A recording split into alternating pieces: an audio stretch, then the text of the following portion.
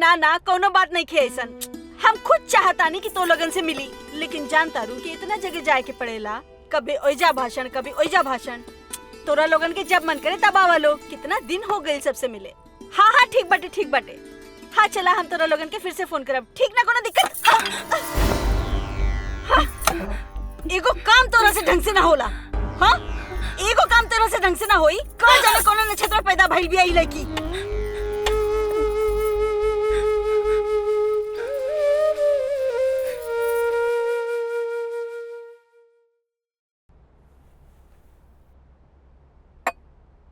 बाबूजी, बाबूजी।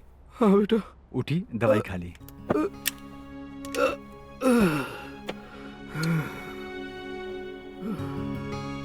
बेटा हम ही दवाई खा के का करब?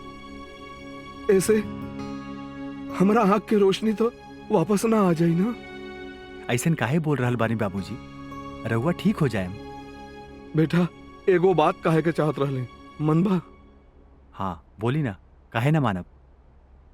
देखा हम तोरा रिश्ता के बात करे खातिर जाए के रहल है, लेकिन ऐसन हालत में हमार गैल संभव ना है बेटा। बेटा हम चाहतानी कि तू खुदे जाके अपन रिश्ता के बात कर ला।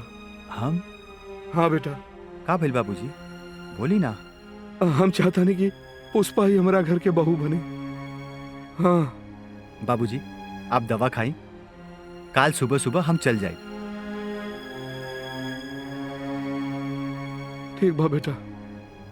लेट जाई, आराम करी रहूंगा। ठीक बा बेटा। अरे बाप रे। अरे राय तो ठीक बा बेटा।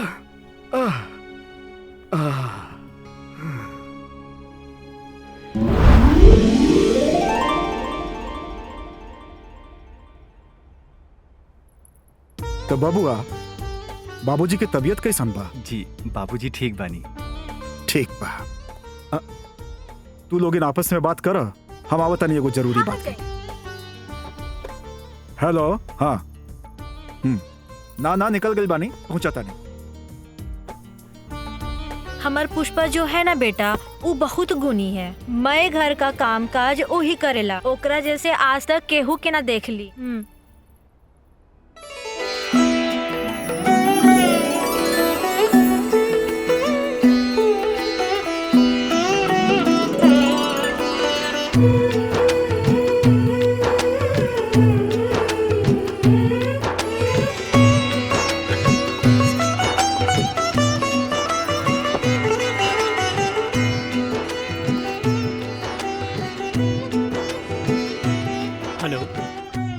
माँ हम अभी आओ।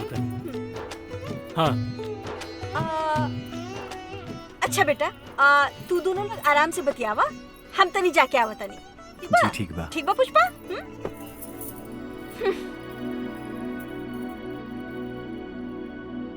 बाबूजी कहत रहनी कि तू लाखों में एक बाड़ू। बिल्कुल सही कहत रहनी। हम अपने बारे में आपके बता दी कि हम एगो फौजी बानी, और फौजी दूगो काम बड़ा जम के कर ले। एक तवार और दूसरा प्यार। देखिए हमरा के तो आप बहुते पसंद बानी। हम आपके पसंद बानी की ना, ई रउआ हाथ में बा। अरे रे ई का आपकी आंख में आंसू? देखिए आंसू के तो कोनो रंग ना होला। जब तक ई न बतावल जाओ कि खुशी के बा कि दुख के, तब तक पता ना चलेगा। अरे ई का मिठाई वैसे ही के वैसे ही रखल बा। अरे ई कोनो सजावट खातिर थोड़े रखल बा। और ये मिठाई के मिठास खत्म होके से पहले शादी के मुहूर्त निकल जाए के चाहिए। जी ठीक बा।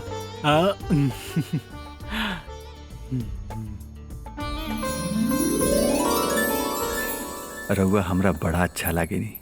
बाबूजी सही कहत रहल कि रउआ लाखों में एक बानी। अब रउआ हाथ में बा कि रउआ के हम पसंद बानी की ना।